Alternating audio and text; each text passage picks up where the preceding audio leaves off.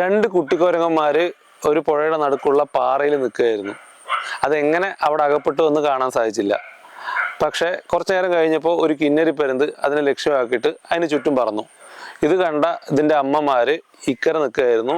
അവർ പുഴ നീന്തി വന്ന് ഇതിനെ രക്ഷപ്പെടുത്തി മരത്തിലേക്ക് കയറിപ്പോയി.